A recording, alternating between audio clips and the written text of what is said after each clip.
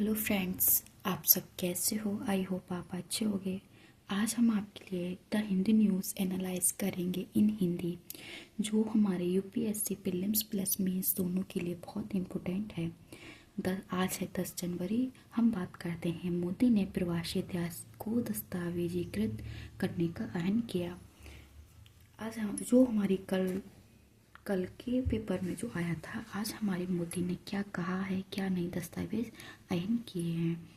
Friends, आप सभी को मेरे यूट्यूब चैनल पे 1 जनवरी से टोटल आपके लिए वीडियो मिल जाएंगी डे बाई डे।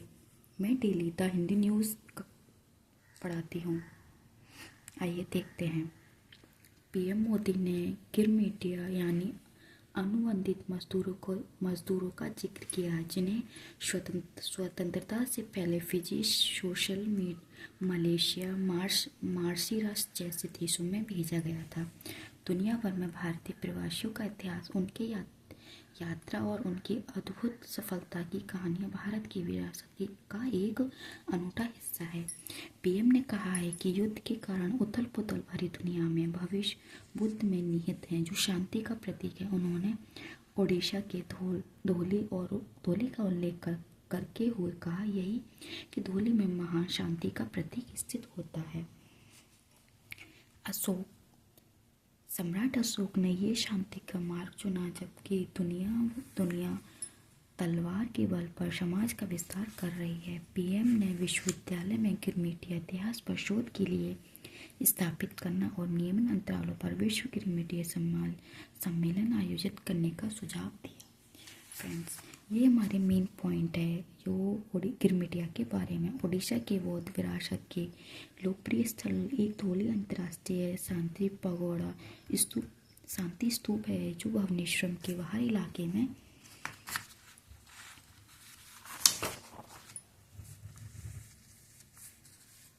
हमारे जो भुवनेश्वर है उसके इलाके में 8 किलोमीटर दूरी पे देखने को मिलता है। 8 किलोमीटर दक्षिण में स्थित शांति पगोड़ा दया नदी के तट पर करीब धौली पर्वत के ऊपर बनाया गया है। ओडिशा सरकार के बीच एक संयुक्त परियोजना के रूप में 1972 में प्रस्तुत बनाया गया था। 1820 के दशक में यूरोप में एक नए तरह के उदार मानवतावाद के जन्म लिया, जिसमें दास प्रथा की अमानवीय माना जाने लगा। भारत से गिरमिटिया मजदूरों के प्रवासन की शुरुआत दास प्रथा, गुलाम प्रथा के उन्मूलन के पश्चात कैरिबियन क्षेत्र में ब्रिटिश द्वारा स्थापित चुनौती और रबड़ के बागानों की चलाने के लिए की गई थी। मतलब जो मजदूर गिरमिटिया के मजदूर गए थे, जो रबड़ की खेती होती है, उन बागानों के लिए चलाने के लिए गए थे। गिरमिटिया मजदूरी की शर्त में ये लिखा होता था कि कोई पुरुष अपने मजदूरी की 10 वर्षीय अवधि को पूरा करने के बाद अपने देश वापस लौट सकता है। इसके अलावा प्रवासियों को कार्यस्थल पर काफ़ी कठिन परिस्थितियों का सामना करना पड़ता है, क्योंकि वे पर्याप्त भोजन, स्वच्छ पानी, स्वच्छता और स्वास्थ्य सेवा की कमी थी। मतलब वो जहाँ जाते हैं, वहाँ काम करते हैं, तो वहाँ खाना ठीक से नहीं मिलता है, जैसे कि भोजन, पानी और स्वास्थ्य रहने की जगह, उसमें बहुत कमी आती है। भारत से जो भी मजदूर अन्य देश में भेजे गए हैं, अपने साथ अपनी संस्कृति को भी भाषा, भोजन और संगीत के माध्यम में भी ले गए हैं। मतलब जो यहाँ पे अपने देश में जैसे थे, वैसे भी वो दूसरे देशों में काम कर रहे हैं। दूसरा टॉपिक है हमारा जनसंख्या समूह। भारत ने जारी किया 83 जनसंख्या समूह से 10,000 मानव जीनोम का संग्रह। ये हमारे जीएस पेपर 2 का टॉपिक है। भारत ने 1 वर्ष तक चले प्रयास के बाद 10,000 मानव जीनोम का संग्रह पूरा किया, जो देश के 4,600 जनसंख्या में से लगभग 2% का प्रतिनिधित्व करता है। ये संग्रह एक डेटाबेस के रूप में उपलब्ध कराया गया है। यह बीमारियों और दवा चिकित्सा से संबंधित भविष्य की जांच के लिए एक मंडल के रूप में काम करेगा। जीनोम इंडिया डेटाबेस, ये संग्रह अब विश्व भर के वैज्ञानिक के अनुसंधान के लिए उपलब्ध होगा और इसे हरियाणा के फरीदाबाद में स्थित भारतीय डेटा केंद्र IVDC में रखा गया है। जीनोम डेटाबेस का उद्देश्य बीमारियों के जोखिम का आकलन, दवाओं के प्रतिकूल प्रभाव, वंशावली स्थापित करना और डीएनए प्रोफाइल के लिए उपयोग करना है। जीनोम इंडिया की खोज केवल वैज्ञानिक नहीं है, बल्कि लक्षित क्लिनिक साक्षेप हस्तक्षेप के लिए संभावना पैदा करती है, जिससे बेहतर स्वास्थ्य सेवा के लिए चिकित्सक को आगे बढ़ाया जा सकता है। यह सुनिश्चित किया जाएगा कि डेटा साझा करना गोपनीयता की नीति का पालन किया जाएगा। हालांकि ये डेटाबेस जनसंख्या समूह के आधारित है, लेकिन इसमें जातियों या जनजातियों के नाम नहीं होंगे। इसकी वजह डेटा की संख्यात्मक कोडिंग द्वारा वर्गीकृत किया जाएगा। ये हमारा क्वेश्चन आया है। भारत में कृषि के संदर्भ में अक्सर समाचारों में आने वाली जीनोम अनुक्रमण तकनीक का निकट भविष्य में किस प्रकार उपयोग किया जा सकता है? यूपीएससी में 2017 में आया हुआ क्वेश्चन है, जो मैंने यहाँ पे लिखा है। ये इस पेपर 2 से रिलेटेड है। हमें सुलभता नियमों की आवश्यकता है जो सिद्धांतों पर आधारित है। सुप्रीम कोर्ट ने राजीव स्तूरी बनाम भारत संघ 2024 मामले में 2017 के विकलांग व्यक्ति अधिकारी PRPWD नियमों के नियम 15 की धारा 2015 को 2016 के विकलांग व्यक्तियों के अधिकार नियमन का उल्लंघन करने वाला ठहराया है। नियम 15 एक वैधानिक प्रावधान था, जिसके तहत विभिन्न विभागों और मंत्रालयों की सुलभता दिशा निर्देश अधिसूचना किए गए थे। एग्जाम्पल के आधार पर देखते हैं। आवास और शहरी मामले में मंत्रालय द्वारा मुक्त वातावरण बनाने के लिए दिशा निर्देश सड़क परिवहन और राजमार्ग मंत्रालय के पास बोर्ड कोड और खेल संस्कृति और सूचना और मंत्रालय द्वारा स्थापित अन्य सुलभता मानक मिलेंगे।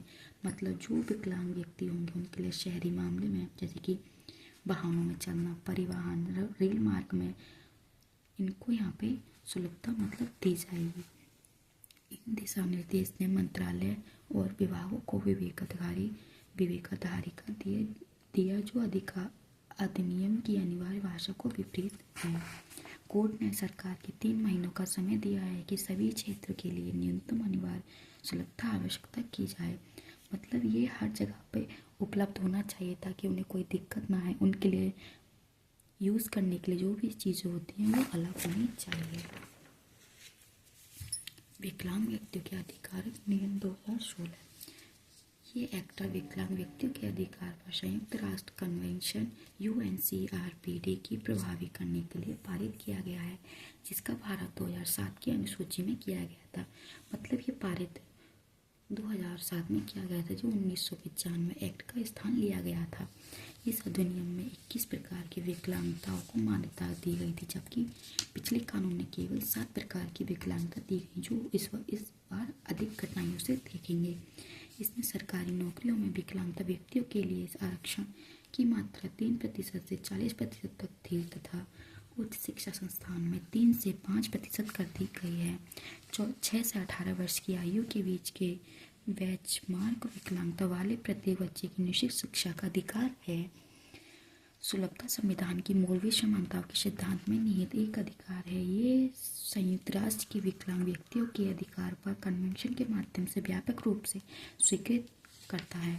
कनाडा में 2040 तक सुलभता प्राप्त करने के लिए एक व्यापक रोडमैप तैयार किया है, जिसमें हर 5 साल में मानकों को पुनर्मूल्यांकन शामिल होगा।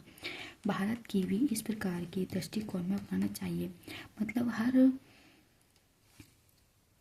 5 साल बाद हमें डेटा रिकवर करना करेगा। मतलब न्यूज जो नए हैं उनके लिए और जो पुराने हैं कितने डेटाबेस क्लियर करना होगा हर 5 साल के अंतराल में।